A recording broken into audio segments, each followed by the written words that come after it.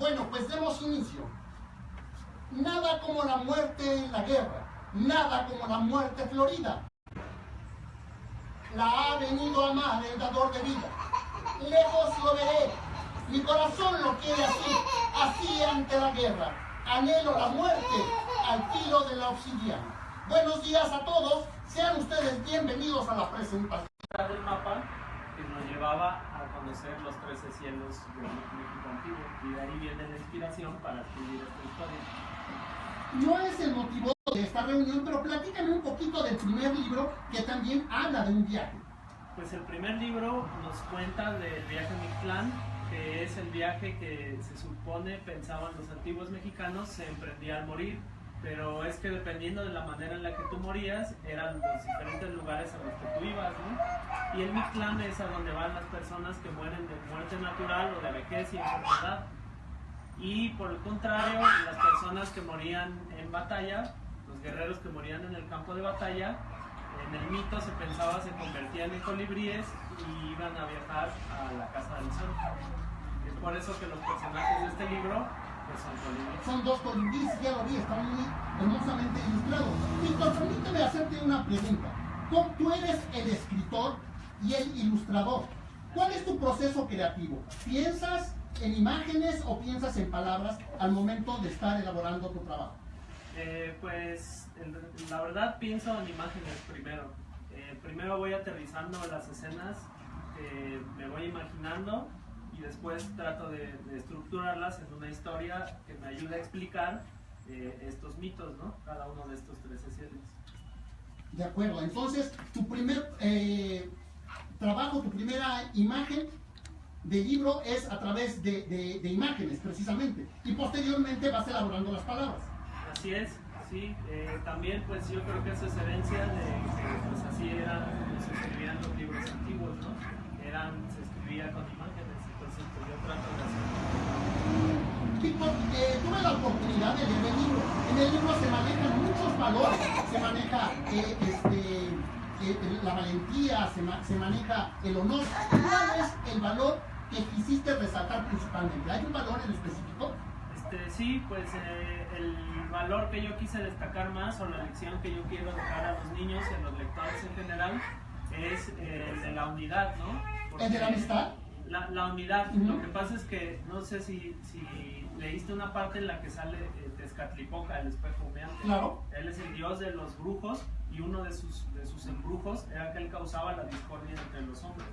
Entonces yo pienso que los mexicas y los tlaxcaltecas en su época, ellos cayeron presos de esa maldición, pues no supieron darse cuenta que eran hermanos, y eso fue lo que ocasionó que los españoles pudieran derrotar el gran imperio mexica, porque si se hubieran unido no hubiera existido ejército que hubiera podido contra los tlaxcaltecas y los mexicas juntos. De acuerdo, es lo que recuerdo del libro. Afortunadamente los personajes se identifican uno con otro y el desenlace del libro es algo diferente a lo que se planteaba en un inicio. Así es, y pues eso tiene que ver con el mestizaje, ¿no? Que a pesar de que algunos pueblos se empiezan odiándose y la historia de la humanidad está plagada de guerras y de odio entre razas, inevitablemente esas razas que se odian terminan fusionándose y creando una nueva, como es el caso de nuestra historia, ¿no? Hablando de eso, Víctor, ¿cuáles son tus fuentes de información? ¿Qué fuentes consultaste, básicamente? Varios libros. El maestro Víctor Linares también, pues él me orienta mucho acerca de dónde puedo encontrar yo información de estos códices, porque pues lamentablemente pues ni siquiera están en nuestro país esos códices. El códice del que proviene este mapa que yo te contaba está en el Vaticano, así se llama, el Códice del Vaticano, y pues yo leo muchos libros de investigadores que se dedican a informarnos acerca de qué han descubierto ellos, qué significaban estos códices, y lo trato de traducir a un lenguaje que podamos entender todos de una manera más coloquial, ¿no? Y la información que obtienes es literaria y me imagino que también en imágenes. Sí, también me inspiro mucho, pues obviamente en los códices que dibujaron los antiguos tlacuilos, Y también, por ejemplo, para este libro en particular, para la parte tlaxcalteca, utilicé muchas referencias del maestro Desiderio Hernández Ochiteotzin, que es un muralista tlaxcalteca y que además, te voy a presumir, fue mi padrino en la secundaria cuando yo salí. Oye, Víctor, pues felicidades. Hay un valor agregado muy importante dentro del libro. El libro está en 3 idiomas. ¿Cómo se dio este proceso? Pues originalmente estaba pensado en 2 idiomas, ¿no? En el español y en el náhuatl. Obviamente, pues el español para que lo pudiéramos comprender todos los que aún no sabemos hablar el náhuatl. Y el náhuatl era para poder acercar este idioma a la gente que todavía no lo conoce, ¿no? Y hacerlo un poco más familiar. No sé si a ti te ha pasado, pero pues yo ya entiendo muchas palabras de inglés porque las veo todo el tiempo en películas. Se vuelven cotidianas. Exacto, entonces era la intención de que con este libro poder hacer que no fuera algo tan lejano a las personas, ¿no? Y el inglés, pues para que las personas de otros países también puedan conocer nuestra mitología. Claro, en latín hablo con Dios, en castellano con las damas, en italiano con los músicos, en alemán con los lacayos y en inglés con los caballos. Esta frase se le atribuye a Carlos I. Hola, ¿cómo estás? Bien, gracias. ¿A qué debemos tu compañía? Platícanos. Yo soy el traductor, como el libro es trilingüe, yo soy traductor, yo soy británico, me pidieron traducir el libro al inglés, yo hice la traducción. Fue un trabajo muy interesante porque pues, es un libro muy interesante, habla de la cosmovisión prehispánica. Se puede ver ahí una gran parte de la herencia de la cultura mexicana. Yo aprendí bastantes cosas. Yo no hablo náhuatl tampoco, ni lo leo. Lo escucho bastante, porque yo vivo en un pueblo donde muchas de las personas hablan náhuatl como su primera lengua original. Entonces yo lo escucho de repente, pero fue un trabajo interesante trabajar con los textos y ver, por ejemplo, la etimología de algunas palabras que vienen de náhuatl. Son una especie de sincretismo que se va mezclando con el español. Y algunas palabras, pues, hay que usarlas en náhuatl, no hay traducción. Por ejemplo, el libro habla de el viaje que hacen esos 2 colibríes a través del cielo hasta llegar al Casa del Sol. Y tienen varias aventuras, encuentran personajes bastante interesantes, bastante extraños. Por ejemplo, encuentran a Claro, el dios de la lluvia, y se cuenta de que... Son deidades de la mitología azteca. Ajá, exactamente. Bueno, una aclaración, no solo de la mitología azteca, de la mitología náhuatl, porque los aztecas eran solo una cultura, un imperio de toda una cultura más amplia, ¿no? Los tlaxcaltecas, era lo que te platicaba, también eran náhuatl, y ellos nunca se dieron cuenta de eso mismo, ¿no? Ah, ¿Perdón? gracias. Encuentran, por ejemplo, un árbol, el árbol nodriza, que es como el árbol mamífero, como da leche, ¿no? Como si fuera fruta. En náhuatl se llama Chichihuahuacuitl. Yo supongo que de ahí... Esa palabra me sonó bastante certera con eso de la maternidad. Básicamente, ya viene la palabra chichi, que se habla del seno de la mujer. Entonces, es un libro con muchos detalles muy interesantes, pero a la vez es como un cuento de aventura. Sí, es totalmente épico el trabajo que realizas, Víctor. No, muchas gracias, y aprovechando que ya se les grabó la palabra chichi, y ya los vi por ahí reírse, así también se pueden aprender que ese es otro modo de decir perro, por eso es que en el viaje a Mictlán el personaje se llama Chichiton, que es perrito. En ocasiones no estamos tan conscientes de la herencia lingüística que tenemos de la época prehispánica, especialmente del náhuatl. Hay muchas palabras que utilizamos cotidianamente. Sí, claro, y no solo nosotros, ¿no? También las hemos exportado a otros países, por ejemplo, la palabra chocolate y aguacate la utilizan en Francia, la utilizan en inglés, también se dice así, ¿no? Y hay palabras que no utilizamos y se utilizan en otros lados. Yo escuché el hecho de que nosotros utilizamos la palabra gis, y en muchas partes del mundo utilizan la palabra tiza, que viene del náhuatl. Sí, así es. De hecho, en España creo que intercambiaron, ¿no? En España y México, esas palabras. Existen de allá y allá dicen que son. Tiza. ¿Cuál fue tu sensación de leer la historia siendo una cultura muy ajena a tu cotidianidad? Pues es un punto muy interesante porque es una cosmovisión pues, muy ajena a la mía, pero a la vez tiene cosas que se pueden identificar. ¿No? Pero hay conceptos que realmente no son traducibles, ¿no? Digamos, hay que agregar un poco de explicación. Por ejemplo, se habla de las guerras floridas. Eran guerras entre dos bandos enemigos, pero era una especie de guerra como arreglada con el propósito de capturar prisioneros para poder sacrificar a esos prisioneros. Entonces se hacían una especie de guerra, pero casi como si fuera un partido, ¿no? Como si fuera un deporte, porque estaba como organizado y una guerra como honorable, ¿no? Se podría decir, porque tenía reglas. Entonces, por ejemplo, no se podía emboscar al contrincante. No podían atacar como desde atrás, por ejemplo. Tenían que enfrentarse de cara a cara, como si fueran así reglas. Y había un alto respeto por el bando contrario. Ajá, exacto. Y por ejemplo, no se peleaban cuando tenían hambre. Si un bando sabía que el otro bando estaba sufriendo hambruna, pues no iban a hacer una guerra porque ellos los veían como en desventaja. Y la idea era capturar soldados o guerreros de mejor condición. Qué interesante. Víctor, todo esto en ocasiones nos puede parecer ajeno, a pesar de ser un antecedente de nuestras culturas. Es una cosmogonía, un pensamiento y una cultura muy diferente. Sí, así es.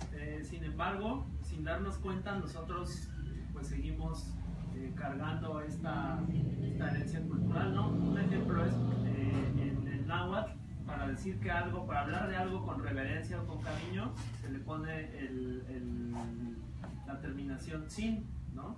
Y eso quiere decir que algo es chiquito, ¿no? Y si te fijas, nosotros seguimos en español haciéndolo. Cuando yo digo mi abuelita, no quiero decir que es una abuela muy chiquita de tamaño, es que es mi abuelita, es que le tengo mucho cariño, ¿no? El perrito se lo estoy diciendo porque se lo digo con cariño, ¿no? Y eso pues es herencia de que en el náhuatl la partícula tzin, que era diminutivo, también hacía referencia al cariño, al respeto. Víctor, sin tomar ningún favoritismo, nada más así en términos sonoros, acústicos y de ritmo, ¿en qué idioma te gusta más cómo se escucha tu libro? Pues en el náhuatl, definitivamente. Y otra cosa es que náhuatl, me dijo mi maestro, significa justamente aquello que suena bien o aquello que suena bonito.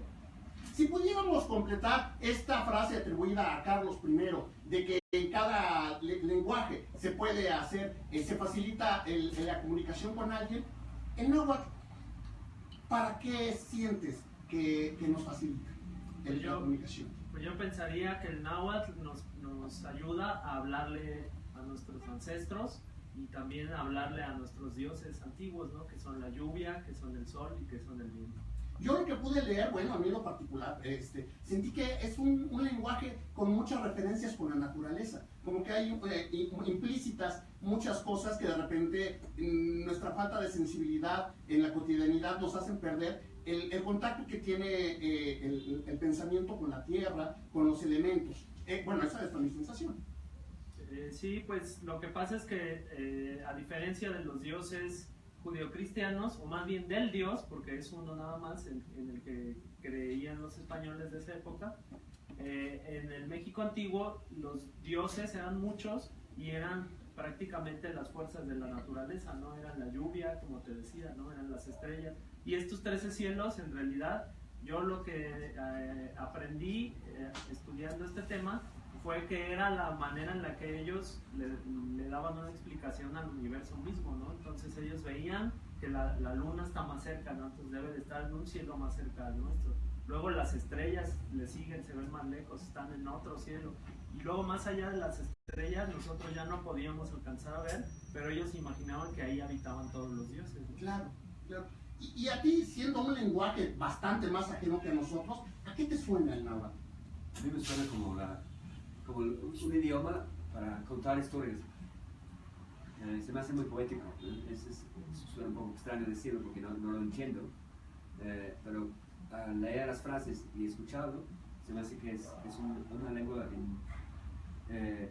con cierto, así como tintes poéticos, y que hay muchos escritores que escriben con náhuatl con la intención de hacer frases muy floridas, muy poéticas. Claro. Víctor, te escuché decir algo muy importante en alguna ocasión. El náhuatl no es una lengua en desuso, es una lengua que en regiones del país se sigue utilizando como lengua madre. Sí, se sigue utilizando, y también un poco la intención de este libro es que sí se está perdiendo porque se utiliza, pero sobre todo en las personas adultas, y las personas jóvenes ya no lo quieren hablar porque para ellos se les hace que ya no sirve de nada, ¿no? No se dan cuenta de que al perder una lengua se pierde un modo de pensar, porque uno piensa en el idioma en el que uno habla, ¿no? Claro. Oye, Víctor, entiendo, yo lo disfruté, yo ya no soy precisamente un niño, lo disfruté mucho, pero entiendo que el libro va enfocado a los niños. En estos tiempos de cibernética, de internet y de superhéroes, este libro, ¿a qué parte del niño va dirigido? Pues justamente yo trato un poco de plantear un modo diferente para los niños del de los superhéroes, porque no sé si te has fijado, casi todas, o más bien todas las historias para los niños de ese estilo, nada más tratan de un tema que es el bien contra el mal, ¿no? Y hay un bueno que va a destruir a un malo, y siempre el bueno es quien triunfa. Y a mí no me gusta que los niños piensen de ese modo, entonces mis libros siempre tienen que ser un viaje, ¿no? Y no van a tratar de destruir a nadie ni de imponer su justicia como hacen los superhéroes que vemos, ¿no?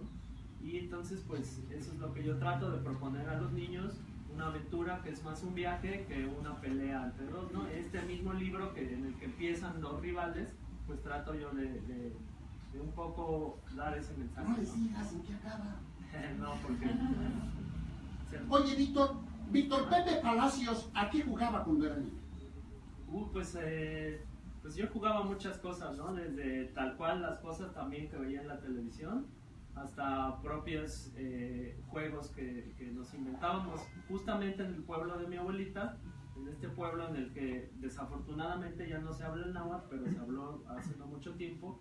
Nos gustaba mucho ir al campo y jugar a treparnos a los árboles de capulín y jugar a que éramos ardillas o cosas que se nos ocurrían. Oye, qué padre, desde entonces utilizabas tu imaginación. Sí, claro, pues yo creo que los niños utilizan su imaginación en automático, ¿no? Es algo que traemos todos los seres humanos por naturaleza, por instinto, y poco a poco pues nos enseñan a no utilizarlo, ¿no? A ser más realistas, nos dicen, pero yo pienso que nunca hay que dejar de imaginar. ¿Y tú crees que a Víctor Pepe Palacios, niño, le hubiera gustado el libro? Sí, pues sí, yo estoy seguro que sí. De hecho, ahora que recuerdo, de niñito hice un libro, justamente. Un libro y que ahora que lo pienso, era un libro del Tlacuache, de una historia que también próximamente les voy a seguir contando. No, pues yo en lo personal te lo voy a agradecer mucho, disfruté mucho tu libro anterior y este me encantó. Bueno, pues yo te doy mucho las gracias por el trabajo. Es un enfoque diferente a lo que habitualmente leemos, a lo que habitualmente tenemos oportunidad de leer.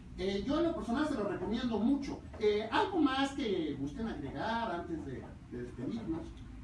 Sí, yo les quiero también platicar, ya no se los pude mostrar por problemas técnicos, pero pues por lo mismo que hablabas tú hace rato, de que los niños de esta generación pues ya tienen otras necesidades, ¿no? Diferentes. Traen un chip integrado ya. Ya traen el chip integrado, y entonces pues con unos amigos que hacen videojuegos desarrollamos una aplicación para que el libro se pueda ver en realidad aumentada y poder escuchar justamente cómo... O sea, ¿se ve más grande o cómo? No, tú lo escaneas y saltan los muñequitos en tu celular, saltan y se están animando, se mueven, y además puedes escuchar el libro narrado en los 3 idiomas para que puedas saber cómo se escucha el náhuatl, por ejemplo, y en inglés también. Yo compro el libro y desde un celular o de una tablet tengo previamente una aplicación y puedo aprovechar todas estas ventajas tecnológicas a partir del libro. Así es. Y de esa manera, pues, también ha pasado que a las personas mayores les interesa, pero ellos no saben cómo utilizar los aparatos, ¿no? Y también ha servido como de puente entre estas dos generaciones, porque pues se sientan a veces el abuelito y el nieto, y entre los dos descubren este libro de esta nueva manera. Oye, de veras, hablando de niños, mira, yo aquí atrás de mí hay una niña. ¿Tú crees que le molestes si hablo con ella? No, yo no creo, se ve que es buena onda. Hola, Hola, ¿cómo te llamas? Cordelia. Cordelia, oye, veo que tienes el libro en tus manos. ¿Qué te parece? Bien. ¿Te gustó? ¿Ya tuviste oportunidad de leerlo? Sí, porque la tengo en mi casa. Ah, ¿y qué nos puedes platicar de él? ¿Te gustó? Sí, porque mi papá me lo lee en inglés y yo en español y en agua. Oye, pues muchas gracias, yo te veo muy emocionada. Permíteme felicitar a tu papá y pues darte las gracias. ¿Algo que te gustaría agregar antes de despedirnos? Nada más recomendar el libro, ampliamente. Es un gran texto, hay muchas cosas que aprender, es muy divertido. Y además con el app se vuelve como una herramienta muy útil para, por ejemplo, escuchar la pronunciación del inglés en el agua. Claro, oye, ¿y tú crees que a los niños ingleses, irlandeses y otros de habla inglesa les va a interesar el libro? Yo creo que sí, porque lo presentamos hace 2 o 3 meses en la Feria del Libro, y a raíz de ver fotos de nosotros presentando el libro, varias personas en Inglaterra, amigos míos con niños, me pidieron ejemplares del libro. Entonces, yo creo que sí va a tener un éxito a donde llegue. Seguro que sí. Amigos, pues no pierdan la oportunidad de leer este magnífico trabajo literario. Las ilustraciones también son muy disfrutables. Es un trabajo integral y con amplia visión al respecto, porque gente que no tiene como lengua madre el español o el náhuatl, lo pueden leer en inglés, que es un idioma bastante difundido en el mundo. Pues por mi parte es todo, muchas gracias. Quiero agradecerles la invitación a Resistencia por considerarme en esta plática y bueno, su servidor Artemio se despide de ustedes. Víctor, muchas gracias, felicidades por el trabajo, está hermoso y aprendí mucho, lo disfruté y te lo agradezco mucho. Espero el próximo, que seguramente entonces va a ser del Tlacuache, ¿verdad? Sí, así es. Y pues muchas gracias también a ti, Artemio, al público, Tlazocamati Bien, Man Totatsil Quimpostieli, que nuestro Padre los acompañe y nuestro Padre es el Sol. Gracias. Pues, Preguntas. muchas gracias al Sol, afortunadamente. Una pregunta, hoy, Artemio. pues, ¿a preguntas? ¿Alguien quiere hacer Sí. una pregunta? Bueno, tenía una pregunta, Manuel, de que ¿cómo se les ocurrió ese libro? Porque el libro se me ocurrió por un mapa que me mostró el maestro Linares, y en el mapa venían los 13 cielos. Y el otro libro también, ese mapa está en un códice que está en el Vaticano y se llama así, el Códice del Vaticano o Códice de Ríos. Víctor, perdón, es la tercera ocasión que mencionas al maestro Linares. ¿Nos puedes hablar un poco más de él? Pues es que el maestro Linares es el que te comentaba, que él fue mi Temachtiani, que es el maestro en náhuatl. Y para que, como bien decía el compañero, es un lenguaje muy poético. Y Temachtiani, que es maestro, se puede traducir como maestro, pero la traducción literal es aquel que pone un espejo enfrente de nuestros rostros, ¿no? Aquel que hace que te conozcas. Entonces el maestro Linares, mi Temachtiani, él fue quien me introdujo al mundo de la cultura náhuatl, y de él pues surgió esta inquietud mía por acercarme más a esta cultura nuestra, ¿no? De acuerdo, Víctor. ¿Alguien más quiere comentar o preguntar algo? ¿Verdad que? Adelante. Es que cuando yo lo leí por primera vez no lo entendía tanto, pero luego cuando lo volví a leer y leer y leer, ya lo entendí. Claro. Pues, ¿y sientes emoción? La misma emoción que a la primera vez que lo leíste, a la segunda, a la tercera, ¿tu emoción es diferente? ¿No? Pero el conocimiento sí vas entendiendo diferentes cosas. ¿Y qué sientes? ¿Cuáles son las emociones que te da leer el libro? ¿Te da felicidad? ¿No sentiste miedo o así de repente? Porque hay partes así como peligrosas. ¿No sentiste miedo? Qué bueno, yo soy un poquito menos valiente que tú. Yo sí sentí mucho nerviosismo en algunas partes. Pues muchas gracias por tu comentario. ¿Alguien más? ¿Sí? ¿Cuál es su personaje preferido del libro? Y yo creo que sería Tlahuicole. Ah, ¿Por ¿por qué? qué? Pues Tlahuicole, yo tomé el nombre y el personaje de un guerrero tlaxcalteca que existió en la realidad, ¿no? Tlahuicole cuenta la historia que fue un guerrero tlaxcalteca que era el mejor de todos, ¿no? Nadie podía con él. Y cuando los mexicas lo atrapan, Moctezuma le da la oportunidad de volverse él capitán de los caballeros jaguar. Pero Tlahuicole no acepta porque pues, para él era deshonroso, era traicionar a su pueblo tlaxcalteca, ¿no? Entonces, como no acepta, lo amarran en la piedra de Tizoc y le avientan a que pelee contra guerreros hasta que lo maten. Y se dice que él antes de morir se llevó a la Casa del Sol a 10 guerreros mexicas, ¿no? Y es por eso que es mi personaje favorito, Tlahuicole. El otro, su rival, es Huitzilin y toma el nombre porque ese es el modo en el que se dice colibrí en náhuatl, Huitzilin. ¿Aquí había otra pregunta? Sí. Para ambos, ¿por qué creen que sea importante narrar en este momento este tipo de historias? ¿Cuál es la vigencia de estas historias en el momento, digamos, que estamos viviendo? Bueno, yo pienso que es importante primero para crear un poco de identidad desde niños acerca de nuestros propios mitos y de nuestros propios héroes, y además por eso que les comentaba, ¿no? Del monotema que se trabaja siempre para los niños, de la lucha del bien contra el mal, ¿no? Y pues yo trato de hacer una alternativa con este tipo de historias, ¿no? Y además pues hay un desconocimiento profundo acerca de la cultura náhuatl. Presentamos estos libros también en escuelas de preescolar, y pues yo les preguntaba a los niños si ellos conocían que existía esta lengua, este idioma o la cultura, y ellos no sabían que existía el lenguaje mexicano, ¿no? Ellos pensaban que el idioma de los mexicanos era el español desde siempre.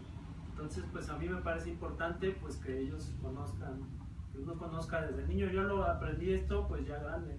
Yo también de niño ignoraba que existía un idioma náhuatl. Está muy interesante, ¿sí? Que existe ese desconocimiento, ¿no? de la forma de cultura. Y incluso fuera de México, poca gente sabe que en México son 56 lenguas indígenas, 58, tantos idiomas antiguos. La gente extranjera no se da cuenta de eso, ¿no? Piensa que se habla español porque el país fue conquistado, que los idiomas se perdieron. Entonces no están conscientes de que esos son idiomas vivos. Entonces el hecho de estar en inglés también le da una difusión más allá de las fronteras del país.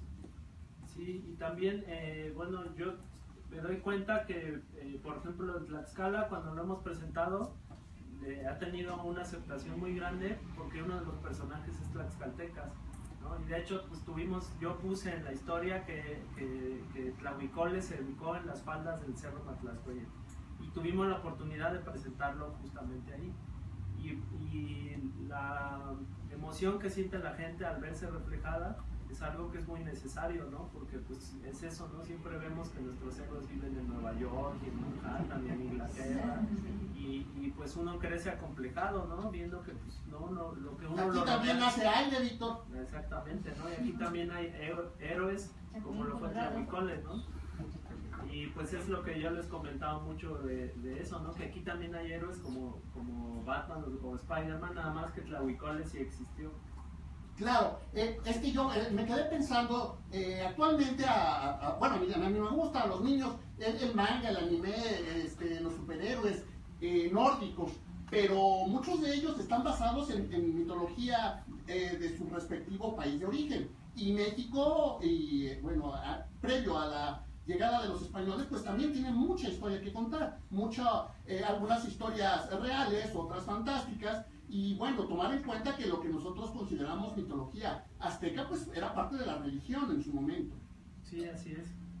Y también, pues, por ejemplo, muy importante ahora que lo acabas de mencionar, yo creo que la mayor parte de la cultura, por ejemplo, japonesa que conocemos, la conocemos mucho gracias al anime, ¿no?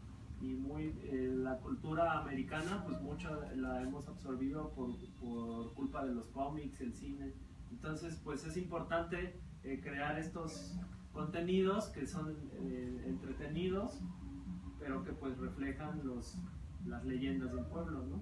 Claro, mirar hacia nosotros mismos y hasta a nuestra historia nos va a ser muy útil y bueno, también muy divertido porque las historias, aparte de que bueno, adquiere uno conocimientos, son altamente disfrutables.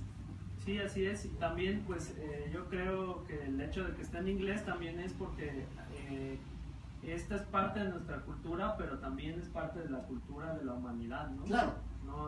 No tenemos por qué pensar que la mitología mexicana es nuestra nada más, es de todos, así como la mitología inglesa o japonesa o francesa también nos enriquece a nosotros conocerla, ¿no? Tenemos mucho que aportar al mundo, Sí. pero lo primero es conocernos a nosotros mismos.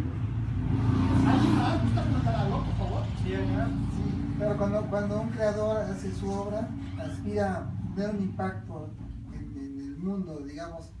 Yo vengo siguiendo tu obra a través del viaje a Mitlán, muy bonita por cierto. Ahora seguramente me voy a llevar esta otra, pero ¿qué has cosechado con respecto a esa expectativa que tuviste desde el primer libro? ¿Y qué impacto ha tenido tu obra en el mundo con respecto a tu expectativa? Bueno, pues para empezar lo que les comentaba, ¿no? De estas presentaciones en escuelas, pues eso, ¿no? Los niños literalmente nos han dicho así, gracias por mostrarlos en náhuatl. Entonces, pues para mí es muy gratificante saber que sí están cumpliendo la función, ¿no? De abrir este mundo a las nuevas generaciones, ¿no? Y pues eso, ¿no? De revalorar la cultura náhuatl. Y también otra cosa que me ha pasado muy gratificante es que han salido a veces personas que hablan náhuatl y que no lo tenían oculto, pues secreto. Hay una vergüenza en torno a los mismos nahuablantes, les da vergüenza aceptarlo, ¿no? Y entonces al enseñarles que no es nada vergonzoso, que nuestro pasado indígena al revés no es motivo de orgullo, pues salen y ya. Y pues yo lo que quisiera que sucediera más a futuro, pues es que hubiera más nahuablantes, ¿no? Claro, muy bien. Y otra pregunta para el maestro traductor. En el proceso creativo, que para un traductor digo, debe de ser también interesante, ¿hay alguna anécdota que puedas compartirnos cuando hiciste esta traducción de Casa del Sol? Pues seguramente tienes algún viaje interior también para poder aportar esa inspiración que tú dices. ¿Hay alguna anécdota que resalte dentro de este proceso que llevaste a cabo? Pues lo que implica siempre es investigar, porque uno encuentra conceptos, por ejemplo eso de las guerras floridas, o eso del árbol mamífero, que hay que investigar más, para tratar de ver si hay una manera de hacer eso, si hay otra cultura que hace referencia a ese tipo de cosas, por ejemplo a ese tipo de guerras, si había otra cultura en el mundo antiguo que organizaba esa especie de como guerras rituales, en lo del árbol. Entonces, sí se convierte en un viaje, ¿no? De una manera, porque yo pues, me veo obligado a hacer investigación, incluso preguntar a las personas si han escuchado alguna vez de eso, y luego pues tratar de explicarlo de una manera que tenga explicación como adicional, pero que sigue como contando el cuento, que no sea como una desviación, que no distraiga, ¿no? Al lector. Y luego hacer que la traducción sea transparente, ¿no? Que no se lea como una traducción, porque los traductores somos como invisibles, que está bien, ¿no? O sea, no todos estamos como buscando protagonismo. Entonces ese serie de libros, que ya son 5, llevan el nombre del traductor en la portada, que para mí es la primera vez que me ha pasado eso, ¿no? Tener así como el crédito ahí, que es muy gratificante. Pero somos como invisibles, transparentes, en el sentido de que una traducción no se debe de leer como una traducción. Uno debe agarrar un libro en su propio idioma y empezar a leerlo, y el idioma se llega forma natural. Y no debemos de tener esa sensación de que esa es la traducción. Y esa es una mala traducción, y eso a veces pasa, ¿no? Muchas veces yo he agarrado un libro, por ejemplo en inglés, porque es de un autor extranjero, entonces yo lo leo en inglés, lo leo en traducción, pero leyéndolo me doy cuenta de que es una traducción, porque la manera de hablar, la manera de formar las frases y el lenguaje no es natural, ¿no? Está forzado. Entonces ese es el gran riesgo de la traducción, es hacer que el texto fluya de una manera que no te das cuenta que es una traducción. Y es un poco difícil porque habla de los conceptos diferentes y además había que dejar palabras de náhuatl porque no se puede estar traduciendo cada vez. Si vamos a hablar, por ejemplo, del maestro, ¿no? Por ejemplo, la figura del maestro, o el tlatoani, o por ejemplo, sus implementos de guerra. Es mucho más bonito dejar la palabra porque son palabras muy bonitas. Entonces uno habla de, por ejemplo, de su espada, ¿no? O su escudo, pero se puede a lo mejor por primera vez hablar, utilizar la palabra original en náhuatl y decir que es en inglés para que sepa la gente, ¿no? Que cada cosa es un escudo, por ejemplo. Pero después, y después de haber usado la palabra en náhuatl, a mí me gusta seguir con la palabra en náhuatl para que forme parte del texto. Porque son palabras muy bonitas, ¿no? Tienen un sonido bastante peculiar, bastante diferente. Es muy bonito dejar una mezcla que no esté completamente en inglés, porque siempre se pierde algo en la traducción. Es bonito dejar rasgos en lengua original. Claro. ¿Tu libro favorito de la colección cuál es? Este me gusta mucho, el último. Es una historia muy bonita. Yo vivo en Morelos, tengo un jardín, hay muchos colibríes en mi jardín, y eso me cambió la manera de ver los colibríes, que ahora pues, se supone que son los guerreros reencarnados. Yo veo el colibrí y pienso, esto es el pasado prehispánico, y esos mitos y historias. Pero me gustan todos por alguna razón, ¿no? Todos son muy diferentes. Hay uno que es como un diccionario, que se llama Tenochtitlan, se escribe con CH, está por ahí. Y eso da la etimología de algunas palabras de náhuatl, que es muy interesante, ¿no? De las palabras, porque son palabras bastante complejas. Si vemos algunos que son pues tienen así, no sé, 20 letras. Una palabra así, que no voy a tratar de funcionar. Entonces, uno se da cuenta de qué va compuesto la palabra. Claro. Y que pues uno se da cuenta, como decía Víctor, que un idioma es la manera de pensar, ¿no? Es una forma de pensar. Entonces es muy interesante ver cómo se formó el idioma. Hay otro que es de un pez, de unos pescadores que va a buscar un pez. Está una historia muy, muy bonita. Y también, creo que es tu favorito. No, ¿qué fue? Pero antes de llegar a ese salió este año, leíamos mucho que es un poco como el viaje a la inversa, es al inframundo. Y ese es el perro que acompaña a su abuelo en su viaje hacia la muerte. Y eso también tiene mucho que ver, por ejemplo, con el culto de la muerte, el Día de Muertos. Entonces, cada uno enseña bastante de la cultura antigua. Y además, pues, una cultura viva, que son muchos ritos y festejos, celebraciones que todavía están vigentes. Sí, bueno, yo también creo que añadiendo un poco, pues la importancia de contar nuestros mitos es porque pues también los mitos te pueden dejar ver el modo de pensar, ¿no? Los mitos son un reflejo del modo de pensar de los pueblos, ¿no? Y es por eso que pues, y qué mejor que utilizar uno de los temas tabús para toda cultura, que es la muerte, ¿no? Para dejarnos ver un poco cómo veían ellos la vida misma, ¿no? A través de su visión de la muerte. ¿Algún otro comentario? ¿Alguien más? Aquí.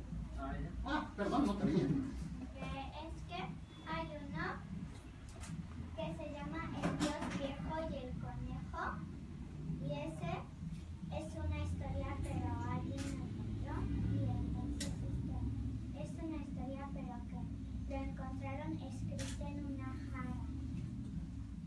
Sí, es cierto. Eso pasaba en Egipto, ¿no? pues muchas gracias por tu comentario y yo veo que disfrutaste mucho el libro.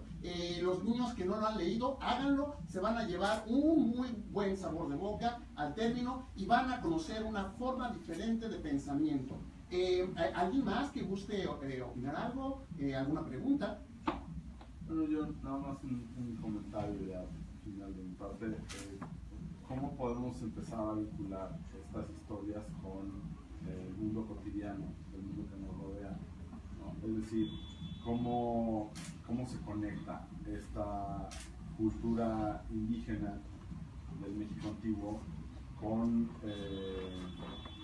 la situación de respeto a las comunidades, con situaciones de racismo, con situaciones de marginación, de pobreza extrema.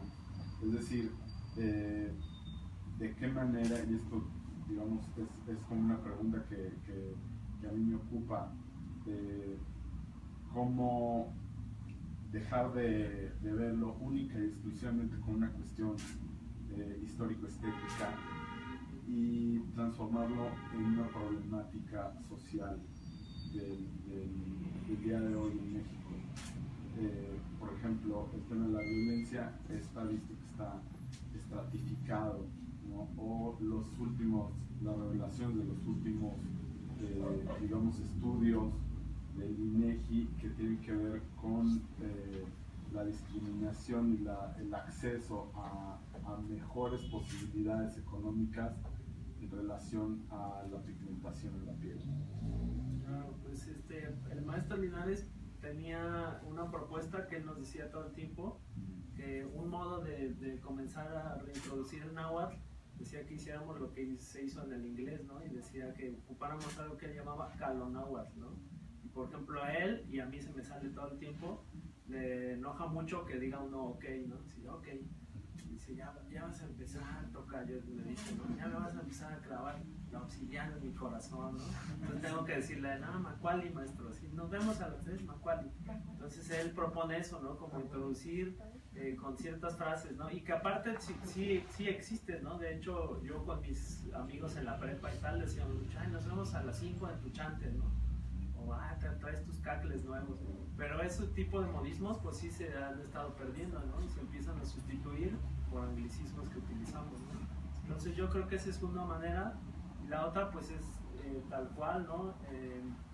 Pues revalorar cuando ves que alguien no valora nuestra propia cultura, ¿no? Les comentaba eso de que en Tlaxcala les gusta mucho el libro, porque yo he notado que en Tlaxcala hay muchos prejuicios en contra de ellos mismos, ¿no? A propósito de que pues hay muchas burlas y memes, que en Tlaxcala no pasa nada y que no existe y tal, ¿no?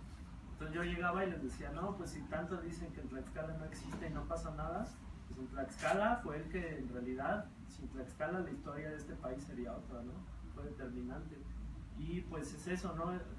Yo pienso que a nivel individual lo que podemos hacer nosotros, pues es eso, ¿no? Expresar a las personas que vemos que se expresan de esta manera, ¿no? Yo lo hago con muchos amigos, ¿no? Que utilizan el despectivo indio, ¿no? Que dicen, es bien indio, ¿no? Y yo sí les digo, no, pues sí, yo sí soy bien indio, ¿no? Y con orgullo y a mucha honra.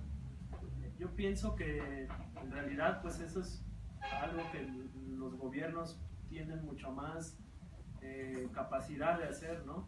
De ahí en fuera, nuestro granito de arena, yo creo que puede ser eso, con resistencia a esto que se está haciendo, pues es un esfuerzo también que pretende un poco luchar en contra de estos prejuicios, ¿no?